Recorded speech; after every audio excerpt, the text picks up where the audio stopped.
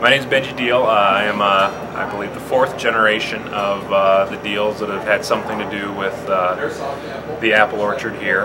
And I actually came back to it after a career in teaching. I taught for 10 years. I taught high school math, and just kind of missed, I guess, missed working with my family some, and I missed being able to work outside and kind of have my own schedule.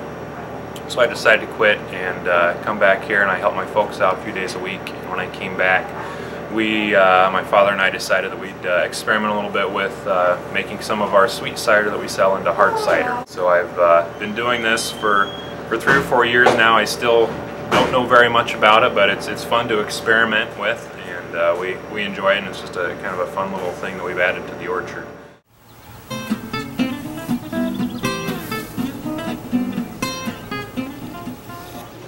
This is our what we ferment in. We ferment in these are 30-gallon plastic drums. It's a pretty, I would say, very basic thing. We're not too fancy, but we've got about 600 gallons that we fermented for this year, all of these. And so this is technically apple wine that we'll put into kegs. Over here, we just do the small 5-gallon Cornelius kegs, and we'll put the apple wine into here, and then we'll put some of our sweet cider back in to sweeten it, and then we'll carbonate it in there. Then the bottling process is very basic. We just bottle in 22-ounce bottles like this, and we just use this is essentially, I'm a home brewer with access to lots of apple cider. So we'll just stick this inside the bottle, and it's got CO2 that comes out here, and so you can spurge the bottle and get the oxygen out with CO2 first. And you'll fill it up and take it out, and then put a little CO2 on top and try and get the remaining oxygen out. And so that's how we actually pop on top. Yeah, and then this is just a little crimper that we'll put that on the top and put the bottle cap on. And so yeah, it's very basic. It's all really home brewing equipment that we use to make our cider.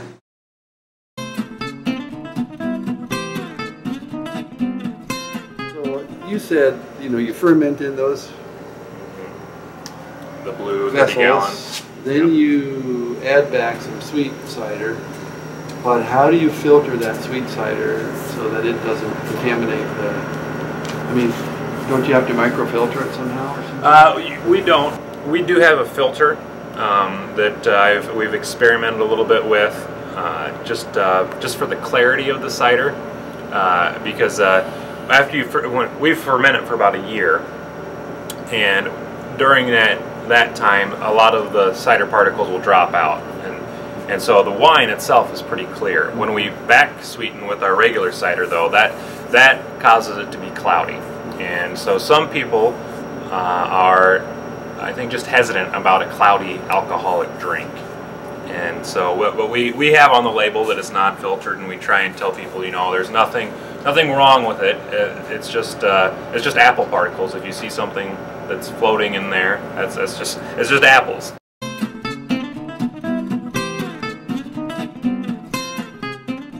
Is it stable on the shelf, so if somebody puts it in non-refrigerated storage, it's okay? We don't add any sulfites to it after the fermentation process has occurred. So we tell people they should probably refrigerate it. But once since we just sell really the majority of it out here at the barn, it's not really a problem. But once for this year, I've started to purchase a few things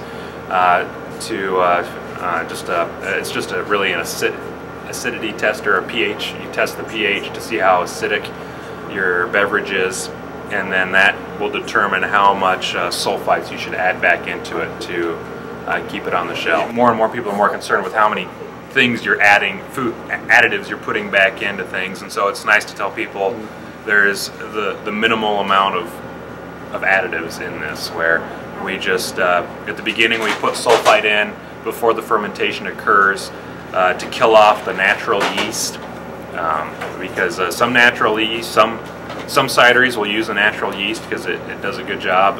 Others, though, will kill it off just because it's an unknown thing of how well it's going to ferment, and just some natural yeast, the taste that they give off isn't very good. So we put in a little bit of sulfite at the beginning to kill off the natural yeast, and that's really, besides the yeast itself, the only additive that we contribute.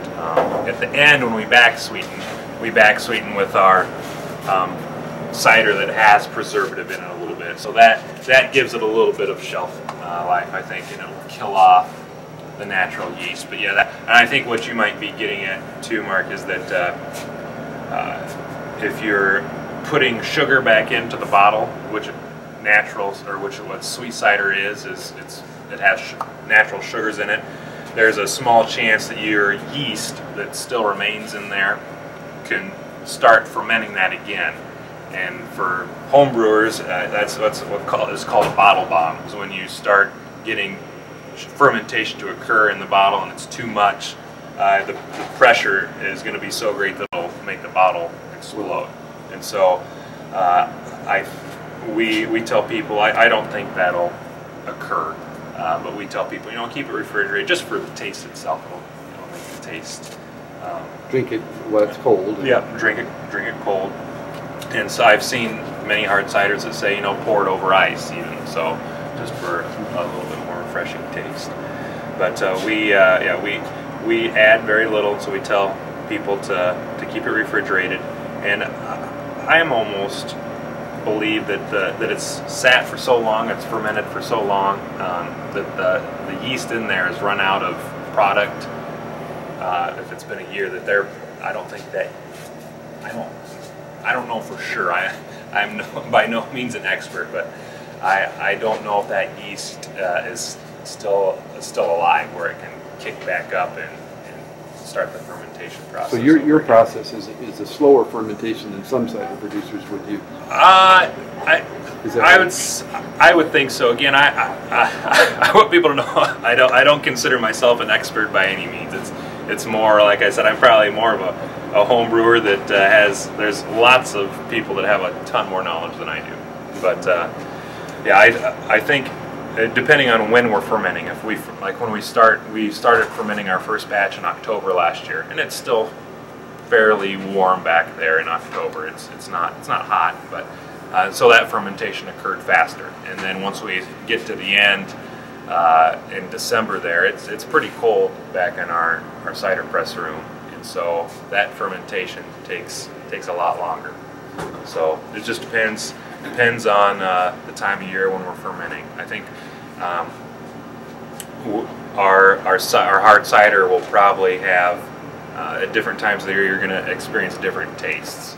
Just like I said, if we back sweeten with a batch of our regular cider that's one of our first presses, our hard cider is going to be more tart. If we back sweeten with one of our later presses in the winter time, that's got a lot more sweet apples in it, and that have sat in the cooler for a while and have had a chance for the starchiness to change to sugars, then it's gonna be a sweeter taste that you're gonna have in the cider. And then a few other things that we do too is we'll change the amount of actual cider that we back sweeten with. So for people that like a drier variety of cider, of hard cider, then we'll affect the sweetness by just not putting as much hard cider or as much sweet cider back in. So this year, with a decent crop, you might just make your cider only from apples from the orchard? Yeah, that's always been our goal, is just to use our own apples. Have you ever gone to one of these workshops, like they have in Michigan Cider Guild? No, we sent in a cider sample to, I think it was the Great Lakes Perry Association, or I think that was it, and got some feedback from that. And I do want to start going to some of those, just to network and just to see how other people do it. People that do it a long time, right? So relatively. Yeah. There's people in Michigan. I think we've got a lot of Michigan and I think Wisconsin's got a few. So I very much like to start doing that, and just getting other people's opinions and see some of the things that they do. So, but I mean, even just home brewers. I've got a friend here in town that comes out and gets our cider to make hard cider, and he's much more knowledgeable than I am really about some of the things. So I call him up and ask him kind of what his thoughts are on some things, and we swap our different a few bottles for that he makes some more specialty ones than we do. Obviously, we just kind of stick to one or two things that we do, but he experiments a lot more, so it's just fun to talk to him.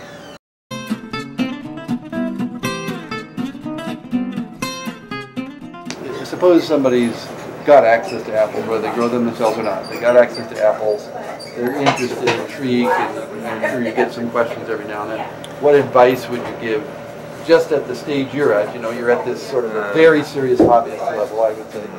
What advice would you give somebody like that who has no experience? I'd say start small and just get a home brewing kit would be a good place to start, and then maybe one keg and a CO2 tank, and yeah, I mean, you can experiment a lot, and just with those things. The hardest part for some people is just finding access to large enough quantities of sweet cider that it hasn't been, it doesn't have preservatives added to it. So you have to have your orchard or know somebody really well. Right. Yeah. You'd have to find someone that can produce the cider for you in a certain manner without the additives.